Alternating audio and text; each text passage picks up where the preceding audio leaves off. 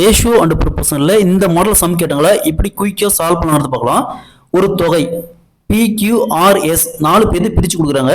4:9:2:3 ரேஷியோவில் பிரித்து கொடுக்குறாங்க. அதில் ஆர் என்பவர் கியூவை விட 560 ரூபா எக்ஸ்ட்ரா வாங்குறாரு, அதிகமாக வாங்குறாரு. அப்போ எஸ் எவ்வளோ வாங்குவாருன்னு கேட்குறாங்க. இந்த மாடலில் சம் கேட்டாங்களா. மொத்தம் எத்தனை பேர்? 4 பேர். PQRS ரேஷியோ பார்த்தோம்னா 4:9:2:3. நெக்ஸ்ட் அதாவது பாருங்க, ஆர் என்பவர் அதாவது ஆரை விட கியூக்கு 560 ரூபா அதிகமாக போகுது அப்படிங்கிறாங்க. ஸோ ஆர் பாருங்க இங்க இருக்குது, ஆர் இங்க இருக்குது, கியூ இங்க இருக்குது.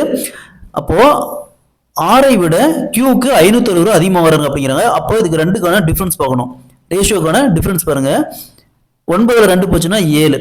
ஸோ அந்த அதிகம் அப்படிங்கிறது இந்த 7 பார்ட், 7க்கு தான் இந்த 7 பார்ட்டுக்கு தான் 560. அப்போ ஒரு பார்ட்டுக்கு என்ன 560 7ஆல் கேன்சல் பண்ணா 80 ரூபா. ஒரு பார்ட்டுக்கு பார்த்தோம்னா 80 ரூபா. ஸோ நம்ம ஒரு பார்ட்டுக்கு 80 ரூபானா இதை கண்டுபிடிச்சிட்டோமா, இங்க என்ன கேட்கறாங்களோ அதில் நம்ம சப்ஜெக்ட் பண்ணுவோம், டைரக்டா ஆன்சர் எடுத்துடலாம். ஸோ என்ன சொல்றாங்க, எஸ் உடைய பங்கு கேட்கறாங்க. அப்போ எஸ் உடைய ரேஷியோ பாருங்க 3. ஒரு பார்ட்டுக்கு 80னா இங்க என்ன இருக்குது 3 பார்ட். அப்ப 3 × 80 240. 240 ரூபா. எஸ்க்கு எவ்வளவு போகும்? 240 ரூபா போகும். Option C is the correct answer.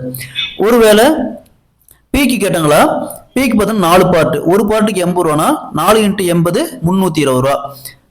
6 கேட்டாங்களா 2 பார்ட், அப்ப 2 × 80 160 ரூபா. ஸோ இங்க option C is the correct answer.